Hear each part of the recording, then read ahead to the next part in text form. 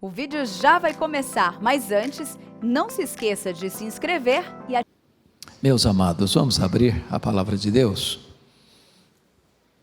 Abacuque capítulo 3, verso 2. Hoje, diferentemente do que tenho feito constantemente, pregando expositivamente, hoje eu não vou expor um texto. Hoje eu vou tratar de um tema. Então eu vou ler esse texto apenas para dar fundamentação ao tema que vamos expor hoje. Por gentileza, profeta Abacuque.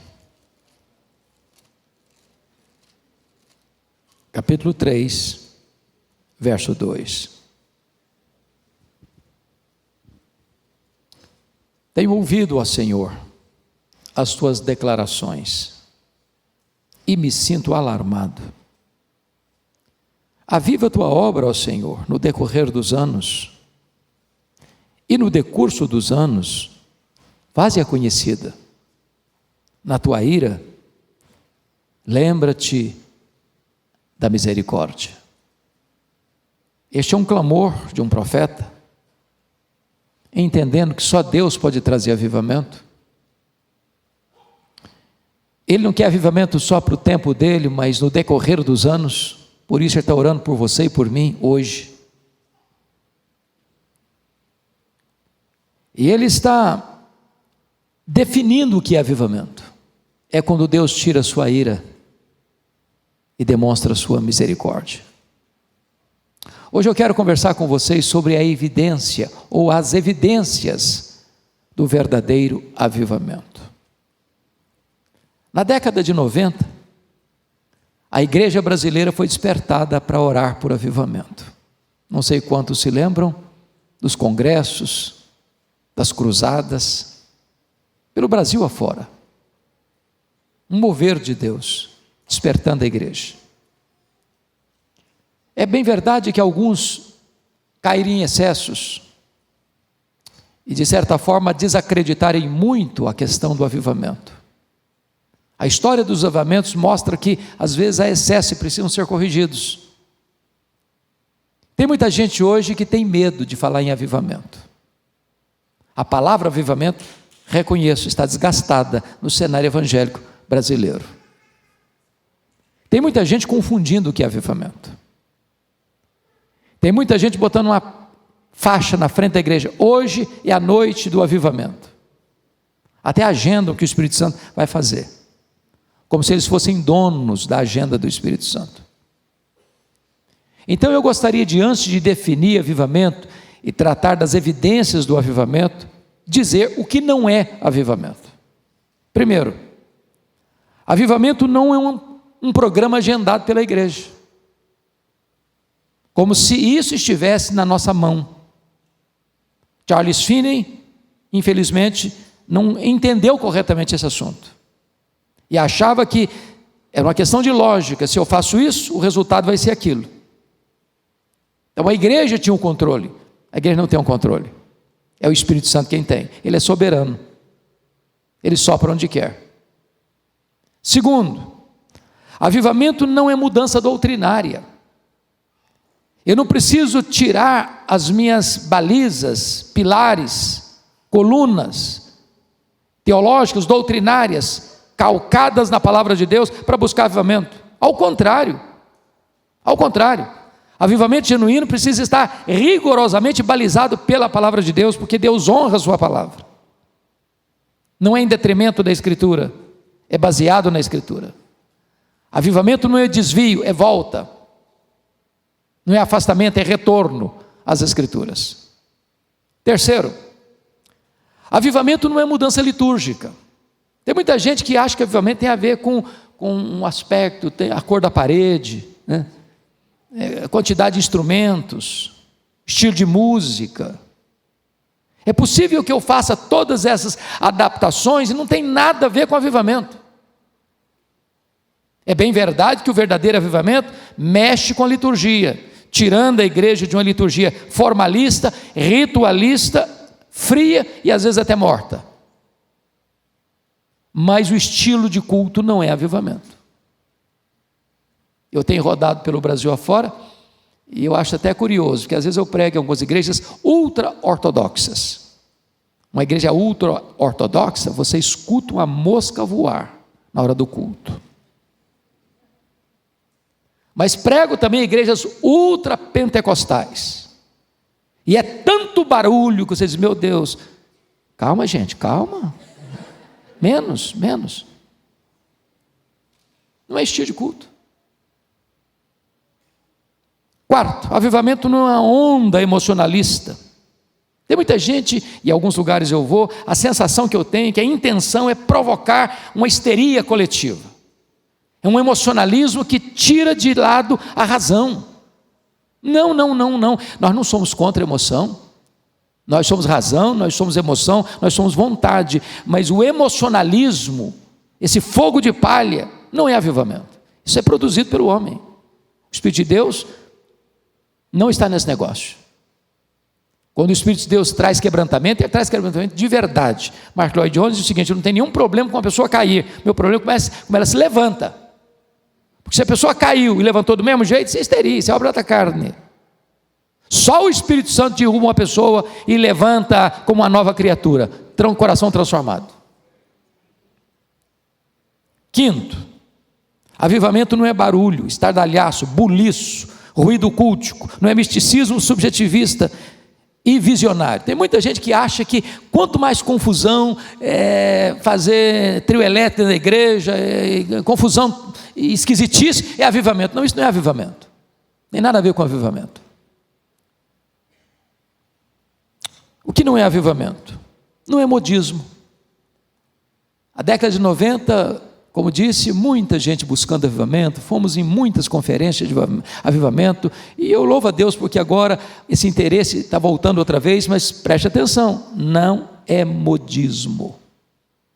Não é modismo. O que não é avivamento?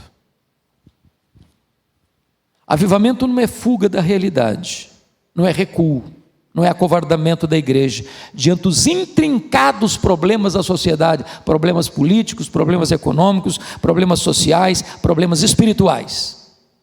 Ao contrário, em tempos de avivamento, a igreja enfrentou os grandes dramas da sociedade com respostas de Deus para a sociedade. Então, o que é avivamento? Avivamento é uma ação soberana de Deus, uma manifestação poderosa de Deus na vida da sua igreja, conforme ouvimos hoje pela manhã do pastor Sami.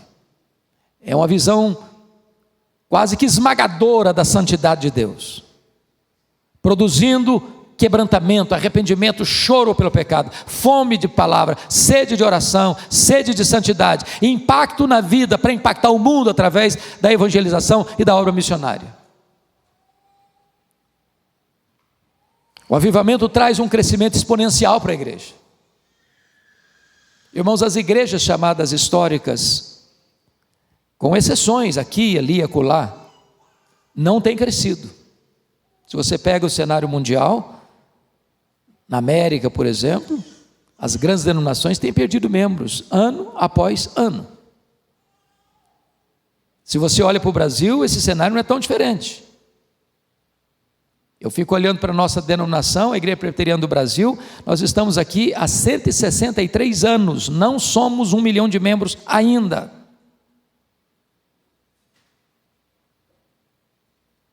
Já parar para pensar.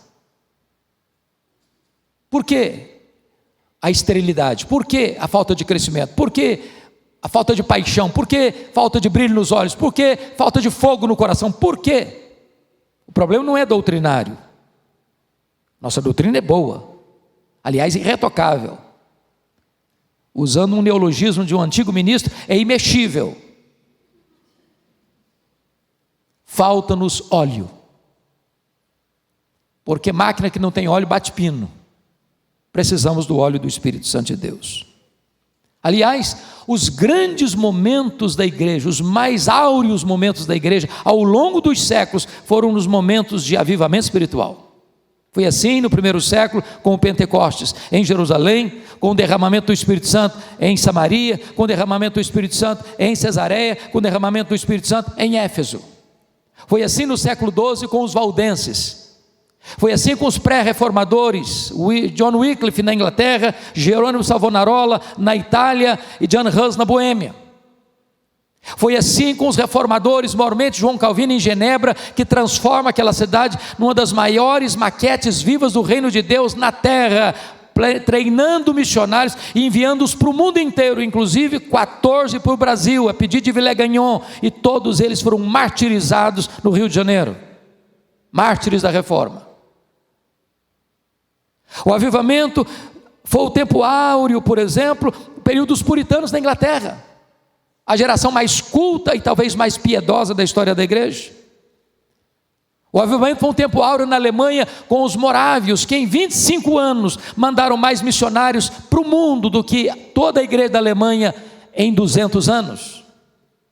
O avivamento trouxe um impacto profundo na Inglaterra no século XVIII, com John Wesley, George Whitefield, na Nova Inglaterra com Jonathan Edwards, no país de Gales no século XX com Evan Roberts, no século XIX, lá nos Estados Unidos, 1857, 1859, com Dwight Lyman Moody, país de Gales, começo do século XX, China, nesse mesmo período, com Jonathan Goforth, 1907, na Coreia do Sul, 1966, com Assis Abanto. Em outras palavras, irmãos, onde o avivamento chegou, a igreja cresceu, se fortaleceu e se consolidou.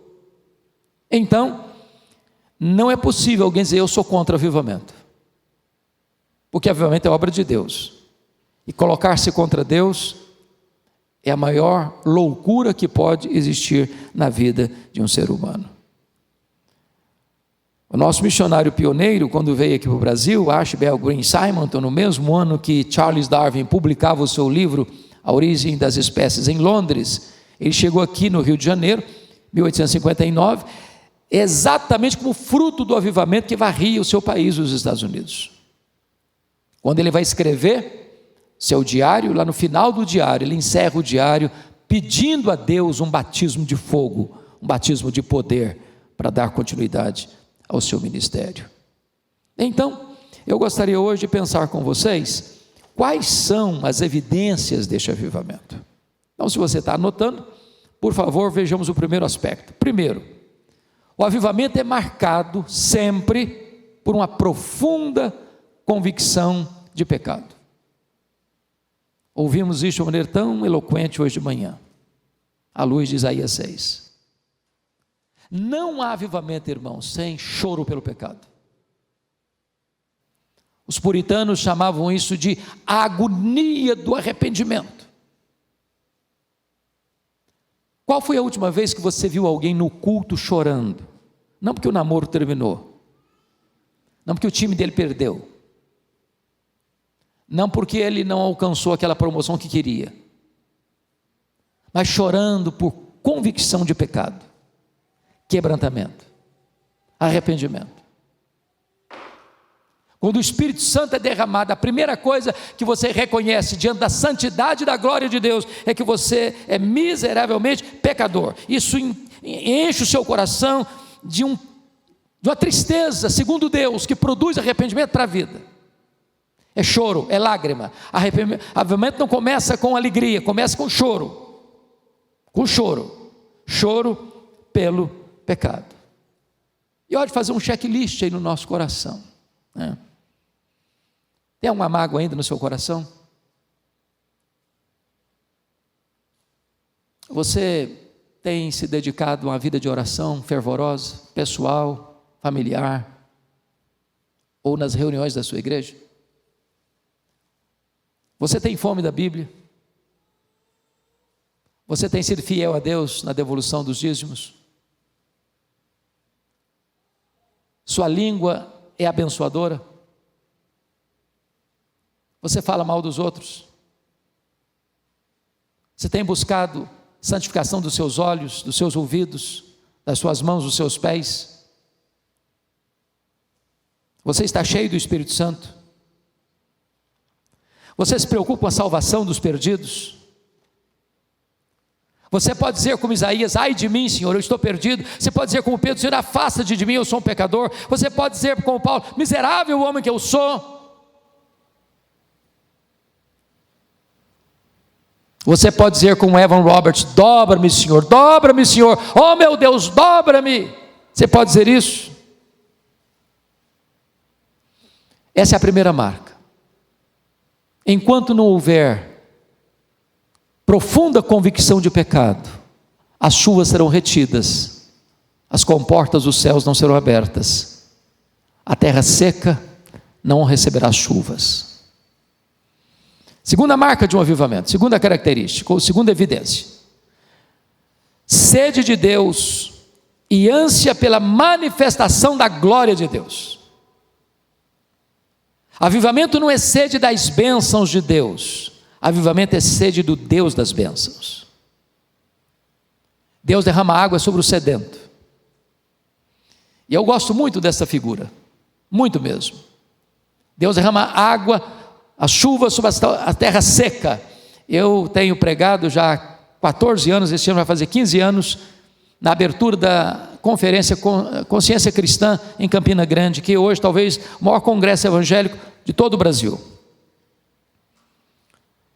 E é o período sempre de carnaval, e às vezes quando eu chego lá, a terra está nua, rachada, bramando por chuva, o gado está morrendo de fome, de sede, terra seca. Eu não sei se você já passou sede num lugar ermo, sem água, o desespero que é. Porque a sede é diferente da fome, por exemplo. Se você estiver com fome, passado o horário de você almoçar ou jantar, tomar um café, o seu estômago que estava doendo, para de doer, e você jejua 1 dia, 2 dias, 3 dias, 1 semana. Tem gente que jejua muito mais. Não é assim com a sede. A sede é implacável. A sede estiola você, seca você, tortura você, mata você. Quando é que a igreja há de experimentar um avivamento? Quando a igreja tiver sede de Deus, ânsia por Deus, desejo ardente por Deus. Como o salmista vai expressar: como suspira a corça pelas correntes das almas, assim por ti, ó Deus, suspira a minha alma. Irmãos, faça um diagnóstico do que está acontecendo hoje, na maioria das igrejas. As pessoas estão correndo atrás de bênçãos, de coisas, de prosperidade, de riquezas, de milagres, de benefícios. Parece que Deus é um despachante celestial para atender todas as necessidades que as pessoas estão apresentando, mas elas não querem Deus, elas querem o que Deus tem para dar. Mas isso não é avivamento. Avivamento é sede de Deus. Sede de Deus. Jonathan Edwards, que foi considerado o maior filósofo e teólogo da América, aos 20 anos de idade, ele assumiu um compromisso, uma aliança com Deus, e escreveu essa aliança, esse compromisso com Deus, de andar com Deus, de viver com Deus, de experimentar Deus, de fruir Deus, de descedentar-se em Deus, ter sede de Deus. Isso é evidência de avivamento. As pessoas correm para Deus, querem Deus. Terceira marca de um avivamento, irmãos, é vida abundante de oração.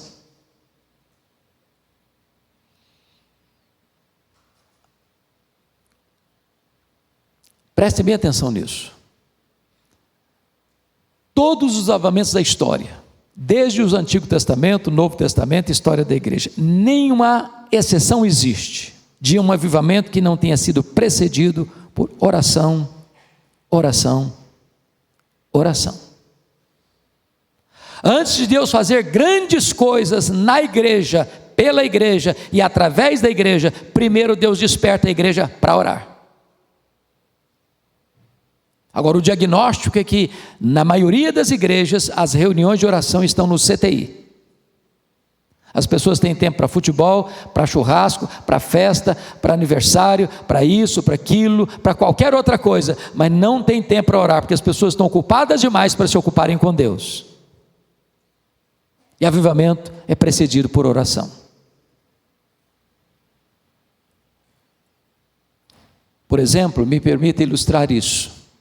23 de setembro de 1723, na Alemanha, quando Ludwig van Zinzendorf começa uma reunião de oração que dura 100 anos, ininterruptamente, despertando na Alemanha o maior movimento de avivamento e investimento missionário. Como disse para vocês, em 25 anos, os morávios enviaram mais missionários do que toda a igreja em 200 anos.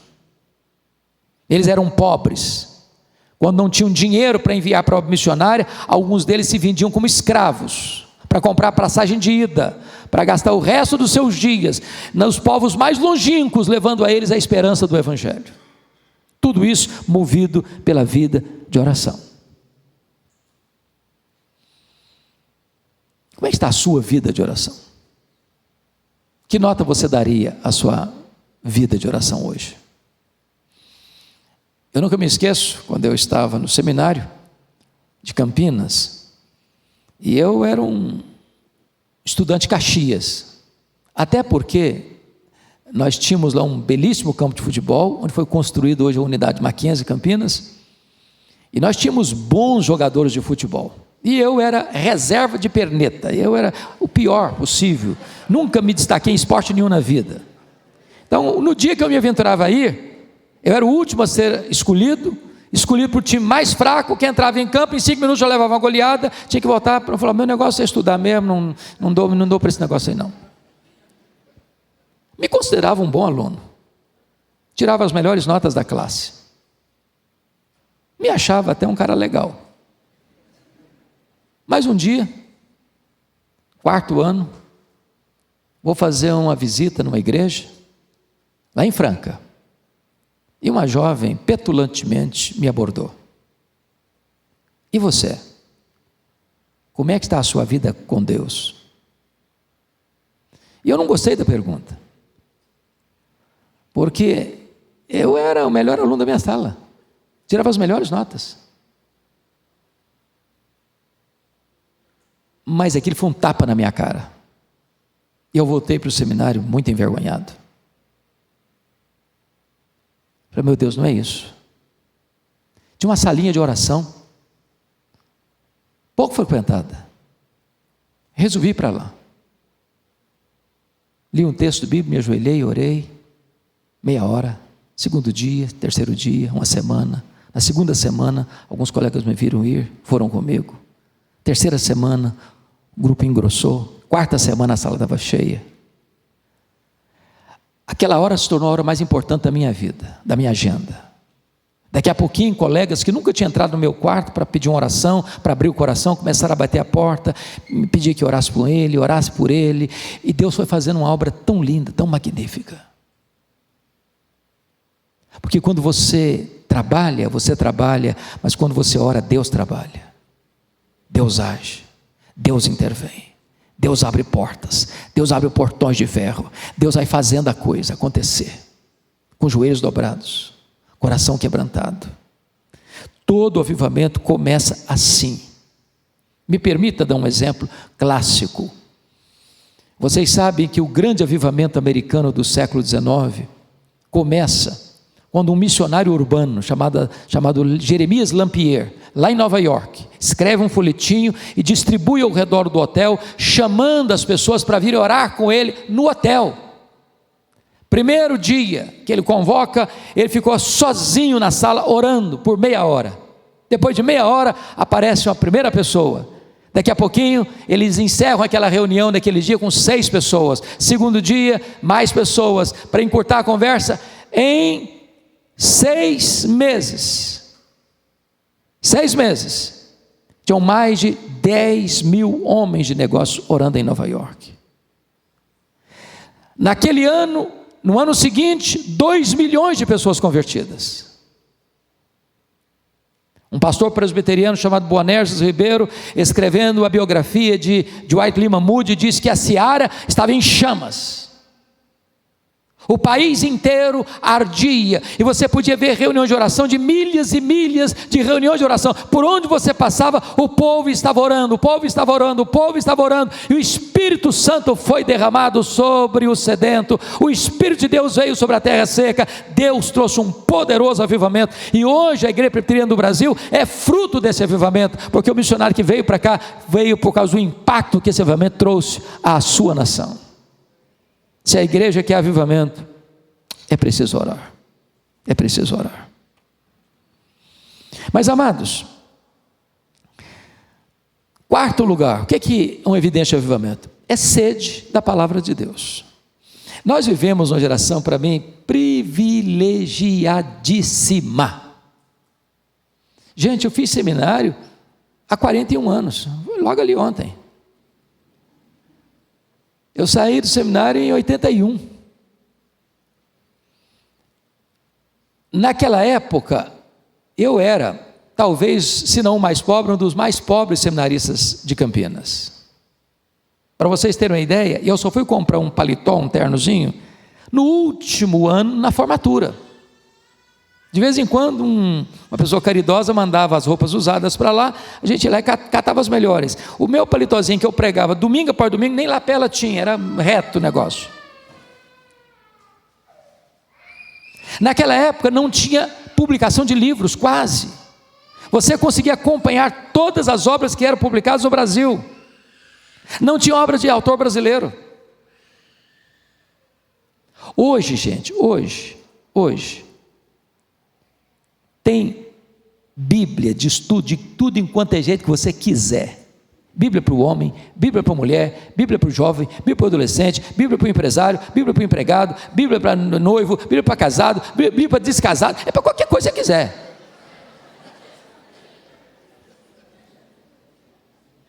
Mas nós vivemos uma época de analfabetismo bíblico.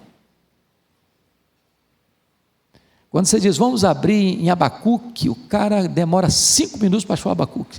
Cadê o Abacuque? Será que ele foi embora? Será que ele existe mesmo? Será que não é invenção? Irmãos, tem gente que só pega na Bíblia quando vem para a igreja.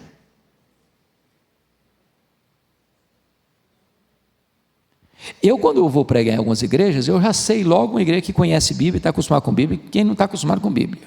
Por exemplo, hoje eu estou sendo exceção da minha regra, porque eu prego expositivamente, e eu não estou fazendo isso hoje. Mas quando você chega na igreja, diz, meus irmãos, vamos abrir a Bíblia. Lê o texto. Acabou de ler o texto, o povo faz isso aqui, ó. Posso saber, esse povo não está acostumado com a Bíblia, não. Está dizendo o seguinte para você, olha, nós não esperamos que o senhor fale nada desse texto. O senhor lê o texto, vai embora do texto, nunca mais vai voltar no texto. Então, para que eu vou ficar com a Bíblia aberta?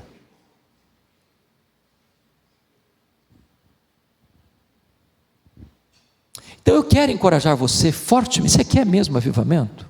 Ou isso é uma conferência? Mais uma conferência. Porque a Bíblia diz que o Senhor passa os seus olhos sobre toda a terra, procurando um homem cujo coração seja totalmente dele. Os avivamentos nunca começaram com uma assembleia, começaram com uma pessoa, via de regra. Basta um graveto seco a pegar fogo, até lenha verde começa a arder.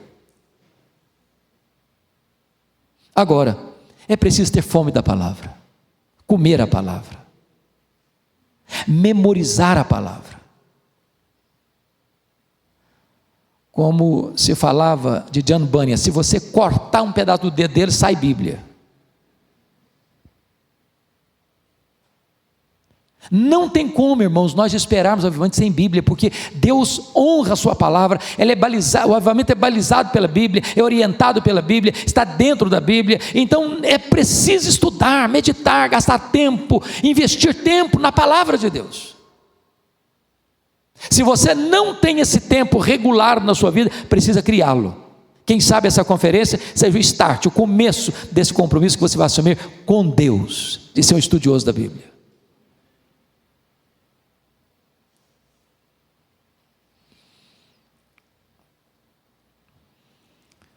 Muito bem. Vamos então à quinta marca de um avivamento. É busca de santidade.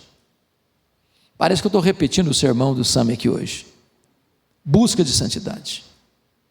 Não combina buscar avivamento e viver ao mesmo tempo no pecado, uma vida hipócrita, uma vida na corda bamba, de aparência, passando apenas um verniz, vivendo com máscara.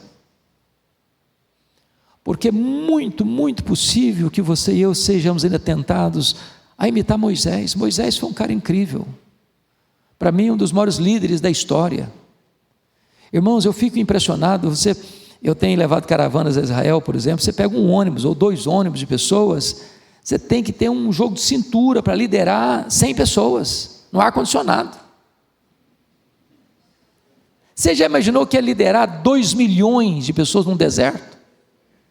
Sem água, na hora que o povo está com sede? Dá fome, mas não chegou a hora de cair o maná ainda. O cara começa a murmurar, mas está atrasado, eu estou com fome mais cedo.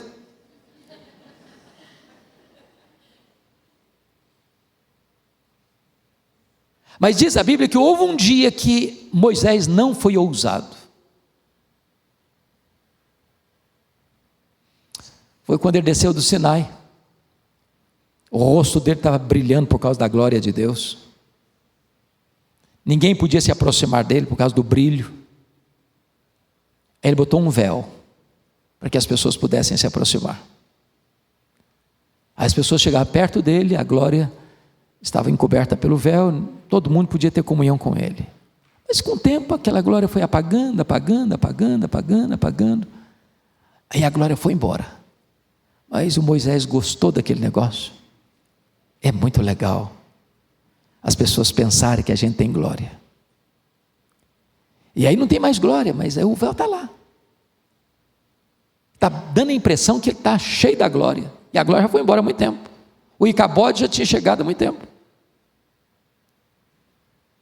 Agora, se você acha que Moisés era muito complicado, se você acha que você nunca fez isso, você acabou de afivelar uma máscara, a máscara da mentira. Todos nós temos um arsenal de máscaras, e elas ficam muito bem afiveladas, até o dia que a máscara cai.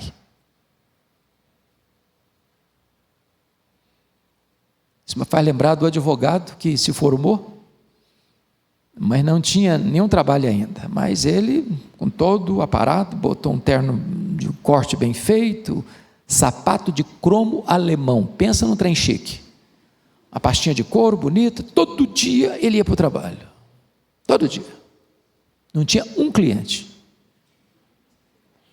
Aí num dado momento, chega um cidadão, e está aí o primeiro cliente. A hora que o cara entrou, pegou o telefone e começou a falar eloquentemente, como se estivesse tratando de grandes negócios, de grandes valores, para impressionar o cara. E o cara ali olhando para ele, surpreso com a conversa. Quando ele desligou o telefone, disse: pois não. Eu falei: eu sou o funcionário da Telefônica que envia ligar o seu telefone porque não está ligado ainda.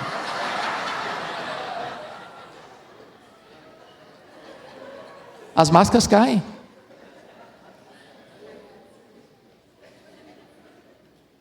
Se nós queremos avivamento, irmãos, nós precisamos tirar as máscaras e buscar santidade de vida. Foi J. Packer, o maior teólogo, considerado o maior teólogo do século XX, que disse o seguinte: o cristianismo na América, está se referindo a Canadá e Estados Unidos, tem 5.000 quilômetros de extensão, de comprimento, e 5 centímetros de profundidade.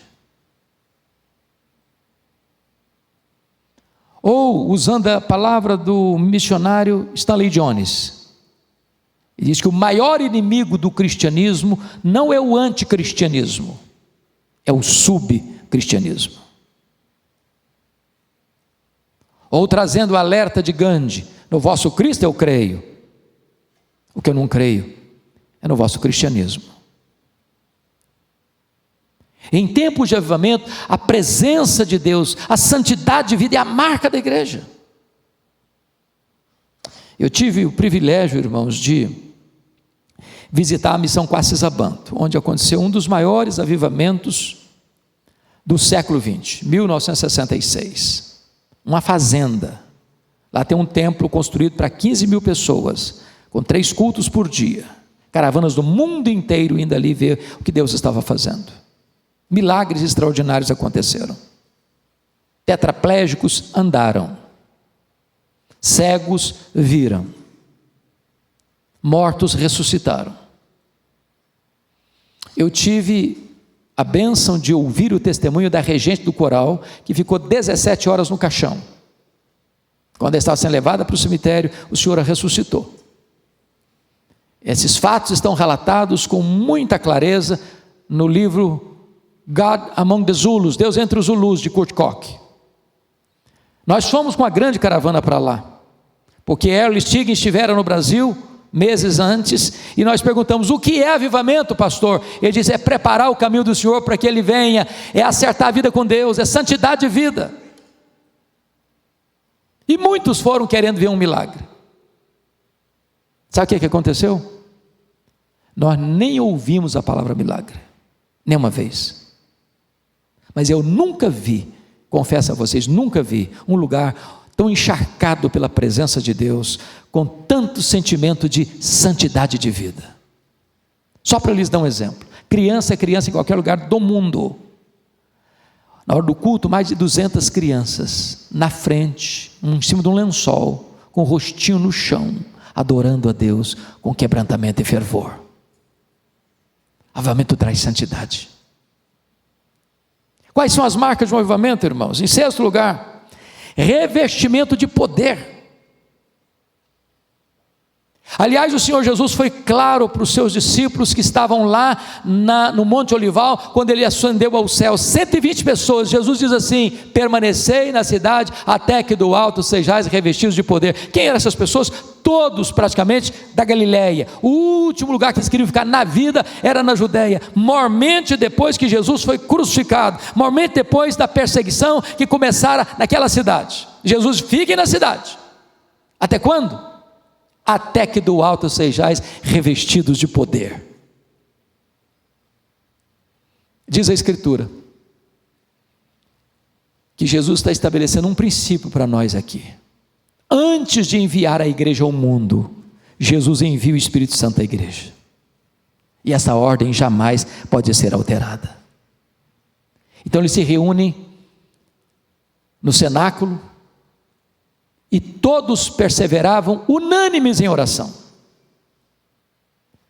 Mas a ordem era até que.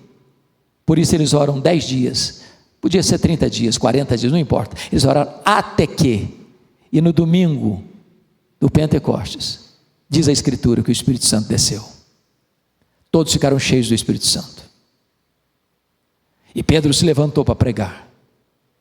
E a partir dali aquela igreja caminha dentro da fidelidade da doutrina dos apóstolos, com vida santa, com oração, com temor de Deus, com os milagres de Deus acontecendo, e a igreja foi crescendo e crescendo e crescendo e crescendo. Com santidade é que a igreja impacta o mundo. O avivamento traz santidade e traz revestimento de poder. Mas eu quero ilustrar isso com a própria vida de Jesus. Isso me encanta muito. Jesus é o homem perfeito, nele nunca houve pecado, e diz a Escritura que com 30 anos de idade ele deixa Nazaré, ele vai ao Jordão, ele é batizado por João Batista, e diz Lucas que estando ele orando, o céu se abriu, o Espírito Santo desceu, e o Pai falou: este é o meu Filho, o meu amado, em quem me comprazo. Ali Jesus é revestido com o poder do Espírito Santo. Cheio do Espírito Santo, ele vai ao deserto, é tentado pelo diabo, e ele vence o diabo, cheio do Espírito Santo, jejuando, e com a palavra de Deus na sua boca. Está escrito, está escrito, está escrito. E diz a Escritura que depois da vitória sobre o diabo, ele retorna cheio do Espírito Santo e volta lá para Nazaré, onde ele passou a sua vida praticamente. E ele entra na sinagoga, abre o livro de Isaías, e está escrito: o Espírito do Senhor Deus está sobre mim, pelo que me ungiu para pregar, para libertar, para curar. E diz a Bíblia que ele então, no poder do Espírito Santo, andou por toda parte, libertando os oprimidos do diabo. Ele viveu o ministério dele no poder do Espírito Santo de Deus. A igreja precisa de poder. Tem muita gente que está buscando poder, mas sem Bíblia. E Jesus errais, não conhecendo as Escrituras nem o poder de Deus. É curioso isso. Os extremos, né? Quem conhece muito Bíblia, parece que não sabe nada de poder. Quem diz que sabe muito de poder, não conhece nada de Bíblia. É o contrário. As duas coisas precisam caminhar juntas. Juntas. Mas, irmãos queridos, vamos parar um pouquinho para pensar? Você acha que a igreja está cheia de poder hoje? Esse revestimento de poder. A suprema grandeza do poder de Deus, o mesmo poder que ressuscitou Jesus Cristo dentre os mortos. Isso é promessa. Isso é para hoje. Isso é para você, isso é para mim, isso é para a igreja. Oh, amados, não adianta a gente apenas referir-se a isso, é preciso recebê-lo. Por que não recebemos? O que intercepta este derramamento do Espírito, este revestimento de poder? O que está impedindo as chuvas de chegarem? Existe um obstáculo no caminho. É a história do Elias. Elias, antes de subir para o Carmelo e pedir as chuvas, ele removeu o Baal. Não adianta tirar o Baal de lugar, não adianta mudar o nome de Baal, não adianta botar roupas novas em Baal. Baal tem que ser tirado do caminho, senão as chuvas não chegam. Eu anseio por isso. E esta conferência foi marcada aqui para que você e eu pudéssemos parar e pensar: nós não podemos abrir mão desse poder, é promessa de Deus e nós queremos receber, porque o que Deus promete, Deus cumpre, o que Deus fala, Ele faz, o que Deus faz, ninguém pode pedir sua mão de fazê-lo. Quais são as marcas de um verdadeiro avivamento? 7º lugar, paixão pelas almas. Ouvimos isso aqui, eu não estava aqui não, mas eu assisti o sermão todinho do Sami. E ele estava falando exatamente isso. Quando você tem uma visão da santidade de Deus, e quando você tem uma visão de quão miseravelmente pecador você é, e quando você compreende o grande perdão que a graça de Deus trouxe para você, meu irmão, o seu coração tem que arder, seu coração tem que arder, o seu coração tem que saltar no seu peito. Meu Deus, eu não posso reter essa mensagem só para mim, não posso. Deixa eu dizer uma coisa, e não é a questão de conhecimento apenas, de eloquência apenas, de método apenas. O poder está na palavra de Deus, uma palavra só. Quando você abre a boca cheio do Espírito Santo, aquilo pode entrar com uma flecha no coração das pessoas. Quando eu cheguei no seminário em Campinas, em 78, eu não sei se você sabe disso, mas quando o cara vai para o seminário, via de regra, ele chega lá, ele quer pregar até para poste no meio da rua. E eu era caipirão, cheguei em Campinas, não tinha dinheiro para pagar passagem de ônibus, ia a pé, não tinha nada, zero. Uma missionária americana fez amizade comigo. Ela disse assim: eu vou te apresentar Campinas. Opa, que maravilha. Primeiro lugar que ela me levou foi na escola de cadetes. Lugar bonito, até hoje, bonito. Chego lá, primeira pessoa que eu vejo, óbvio, um cadete. Só que o cadete estava no posto dele de segurança, fardado, bonitão, com a metralhadora na mão, com a lapela, o nome dele gravado na lapela, João Miguel Corpas. E eu fui chegando logo e me apresento, falei: e aí, João Miguel, você conhece a Jesus, o Filho do Deus vivo? Deu um sorrisão para ele, fechou a cara para mim e disse: não me fale essa tolice, eu não creio nessa bobagem, e não me incomode. Ele era ateu, eu não sabia, ele quase me bateu. Eu confesso a vocês que eu perdi o rumo de casa, fiquei mudo diante dele por uns minutos. Falei: meu Deus.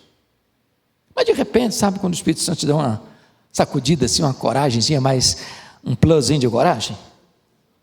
Falei: João Miguel, mas antes de ir embora eu preciso dizer uma coisa para você. Aliás, 3. Primeiro, Deus existe, você acredita nele ou não.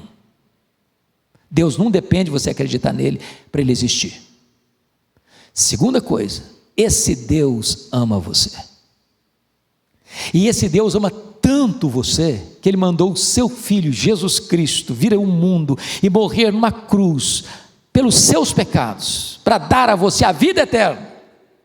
E terceiro, você é um pecador, e se você não se arrepender, você vai para o inferno, e até logo. Isso aí, ó, vazei. O cara estava com a metralhadora na mão. O que eu nunca podia esperar é que no dia seguinte a missionária voltasse ao seminário. E ela voltou.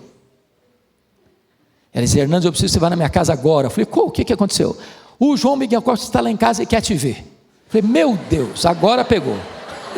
Falei: eu acho que eu fui indelicado com ele, agora eu estou no sal. E eu fui para lá pensando mil coisas. Quando eu chego na casa da missionária, ele estava sentado no fundo da sala, num sofazinho, e ele me viu entrando e se levantou e correu na minha direção, quase me tira do chão, me balançou e disse: por favor, me fale do seu Deus, me fale do seu Jesus. E aquele soldado, aquele cadete estava de joelhos, com lágrimas, recebendo a Cristo como seu Salvador.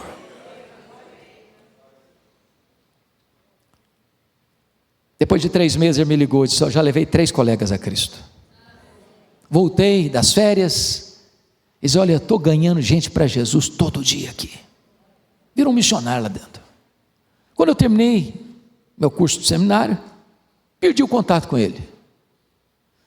Aí um dia eu estou pregando num congresso da CEPAL, lá em Serra Negra.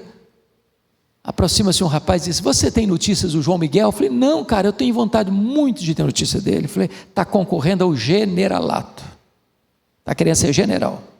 E tem um detalhe: João Miguel Corpas é pastor da Igreja Assembleia de Deus.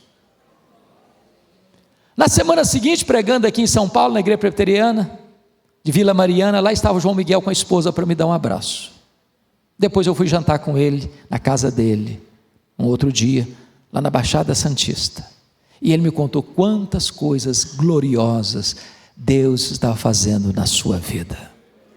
Veio à minha memória a palavra de Deus: abra a tua boca e eu a encherei. Não é o seu conhecimento, é paixão, é fogo.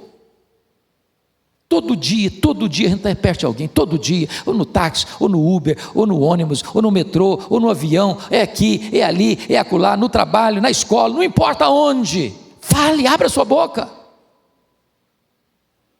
O problema é que evangelismo hoje, irmãos, virou programa. É sexta-feira à noite, é sábado à noite, é sábado de manhã, virou um programa. Não é, é um estilo de vida, é paixão, é calor no coração. Isso é marca de avivamento, paixão pelas almas. Mas me permita, 8º lugar, avivamento, irmãos, uma das marcas é o crescimento extraordinário da igreja. Esse é o ponto que me choca profundamente, quando eu vejo hoje, irmãos, igrejas que passam um ano inteiro, não tem uma conversão.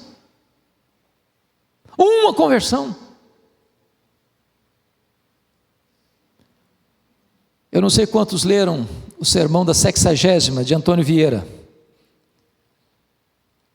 Ele foi conhecido como o maior orador que passou pelo Brasil. Tem muitos sermões dele que não dá para escutar porque a teologia é muito ruim. Mas esse, dá até para pregar esse sermão dele. Verdade. E ele diz uma coisa engraçada. Ele diz o seguinte, que Jesus disse que a boa semente produz a 30, a 60 e a 100 por 1. Ele diz: hoje não está produzindo em muitos lugares nem 1%. Se você pegar os sermões pregados no Brasil, em média, não dão uma conversão por sermão. Por quê? Tem igreja, irmãos, que hoje elas se vangloriam, falam: olha, a nossa igreja só recebeu 5 novos membros, mas também não perdemos nenhum. Tem gente que diz que nós, aqui na nossa igreja, a gente não quer quantidade, quer qualidade. Ué, mas não tem qualidade estéril. Se é qualidade, tem que produzir fruto. Se a igreja é um organismo vivo, ela tem que frutificar, ela tem que produzir. É por isso que Rick Warren, eu não concordo com toda a teologia dele, mas nesse ponto para mim está corretíssimo. Ele diz o seguinte: Pergunta errada: o que eu devo fazer para a igreja crescer? Isso é pergunta errada. Pergunta certa: o que está impedindo a igreja de crescer?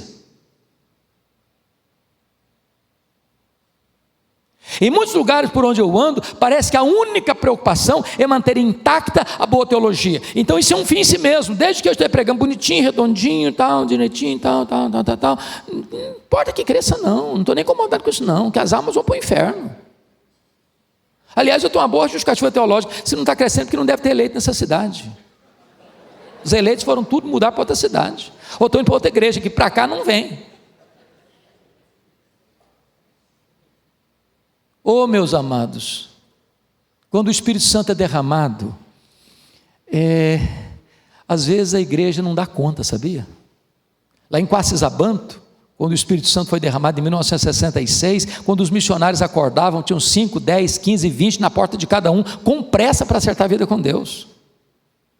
Pastor Ronaldo Lidório disse que lá onde ele trabalhou, entre os concombas, quando chegou o derramar de Deus naquela região, os feiticeiros iam correndo, sem que ninguém falasse com eles.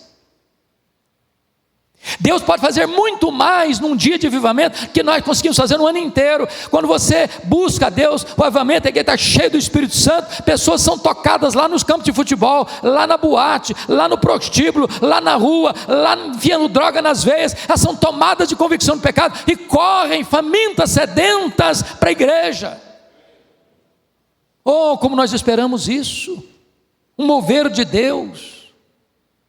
Mormente numa época em que a igreja, meus irmãos, está sendo tão humilhada, tão perseguida, tão mal falada, tão zombada, tão escarnecida. É preciso que nós reivindiquemos a glória de Deus na igreja, para que ela seja noiva do Cordeiro, bela, gloriosa, sublime, e que as pessoas sejam atraídas pela mão do Deus Todo-Poderoso.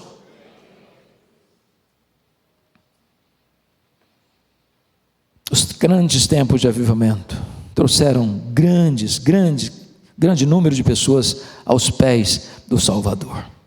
Mas me permita a penúltima marca do avivamento que eu queria alistar aqui. Quando o avivamento chega, irmãos, há uma quebra de barreiras. Isso é maravilhoso. Vocês se lembram da barreira que havia entre os samaritanos e os judeus? Nem conversavam. Se um judeu casava com a samaritana, a família dele simbolicamente celebrava o funeral dele. Para nós morreu. A mulher disse para Jesus: como lhe pedes águas, sendo tu judeu e eu samaritana?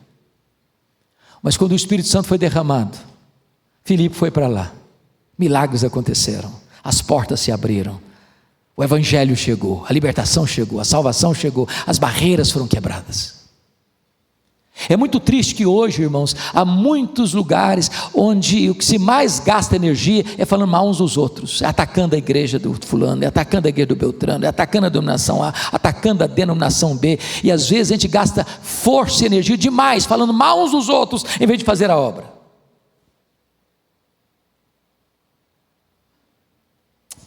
Eu não estou dizendo com isso que você não deva amar a sua igreja, que você não deva amar a sua denominação, que você não deva lutar pela sua bandeira. Estou falando isso não. Estou falando que quando o avivamento chega, a placa da igreja não é o mais importante. Eu quero ilustrar isso historicamente. No século XVIII, os dois grandes líderes da Inglaterra chamavam-se John Wesley e George Whitefield. John Wesley era arminiano, George Whitefield era calvinista. Tinham posições teológicas distintas, mas trabalharam juntos pela mesma causa. Um dia alguém com muito gaiatice tentou jogar um contra o outro e perguntou assim para George Whitefield: o que você acha do John Wesley? George Whitefield respondeu: eu acho o homem mais santo que eu conheço. Eu quero que ele pregue no meu funeral, quando eu morrer. E pregou. Aí foram para o Wesley e perguntaram: o que você acha do George Whitefield? Você vai encontrá-lo no céu? John Wesley respondeu: não, eu acho que eu não vou encontrá-lo no céu não. É mesmo? Não vai encontrar não? Legal. Vai não? Não. Acho que não. Mas por quê? Eu acho que vai estar tão perto de Deus que eu não vou conseguir chegar perto dele. Se respeitavam, se amavam. Quando o Espírito de Deus, irmãos, vem sobre a igreja, os muros caem, o amor prevalece. E não estou falando de amor que faz vistas grossas ao pecado, é o amor daqueles todos que foram remidos e lavados no sangue do Cordeiro. É um grande orgulho, uma grande soberba espiritual eu achar que só a minha denominação está certa, só a minha igreja vai para o céu. Em tempos de avivamento, as barreiras são quebradas. Mas me permita encerrar com o 10º ponto. 10ª marca de uma igreja que experimenta um avivamento, que é exatamente a transformação da sociedade. Avivamento é para a igreja, mas os impactos de uma igreja avivada atingem a sociedade. Quem pega fogo de Deus é a igreja, mas este fogo alcança e reverbera para fora dos muros. Para vocês terem uma ideia, quando aconteceu o avivamento da Inglaterra, a nação estava rendida à iniquidade. Rendida à iniquidade. O liberalismo assolando as igrejas. Os pregadores pregavam sermões mortos para auditórios sonolentos e vazios, e desciam dos púlpitos para se embriagar nas mesas de jogo. Em Londres, de cada 6 casas, um era um prostíbulo. O país estava indo à bancarrota, em todos os aspectos. O avivamento chegou, a nação se reergueu, a igreja cheia de vigor, se encheu, nas praças as pessoas lotavam para ouvir a palavra de Deus, e os historiadores afirmaram em seguida, o que salvou a Inglaterra do banho de sangue da Revolução Francesa, foi o avivamento inglês do século XVIII, impacta a sociedade, impacta a política, impacta a economia, impacta a vida social do povo, impacta a família, impacta o mundo. Para vocês terem uma ideia, o avivamento que chegou no país de Gales em 1904 com Evan Roberts, aquela época era uma época em que a coqueluche era futebol, briga de galo, embriaguez, prostíbulos lotados, bares lotados, os juízes com muita gente para julgar, a criminalidade em alta. Quando chegou o avivamento no país de Gales, 6 meses, 100 mil pessoas convertidas, os campos de futebol ficaram vazios, as igrejas ficaram cheias, os bares ficaram vazios, as igrejas ficaram cheias, os juízes se presenteavam uns aos outros com luvas brancas, porque não tinha mais crime para julgar. Houve um saneamento na sociedade, como fruto do avivamento. Hoje, infelizmente, a igreja é mais conhecida na mídia pelos seus escândalos do que pela sua piedade. Precisamos de um avivamento que traga saúde para a igreja e salvação para o mundo. Traga vida para quem já tem vida, para que aqueles que estão mortos sejam despertados para a vida. Você quer avivamento? Você anseia por isso? Quando eu vejo uma conferência dessa, gente vindo de vários estados do Brasil, a sensação que eu tenho é que tem uma mãozinha, uma nuvem do tamanho de uma mão, lá no horizonte. Já estou começando a escutar o ruído das chuvas. E a minha oração é que a gente persevere, até que Deus abra os céus e derrame sobre nós torrentes do seu Espírito.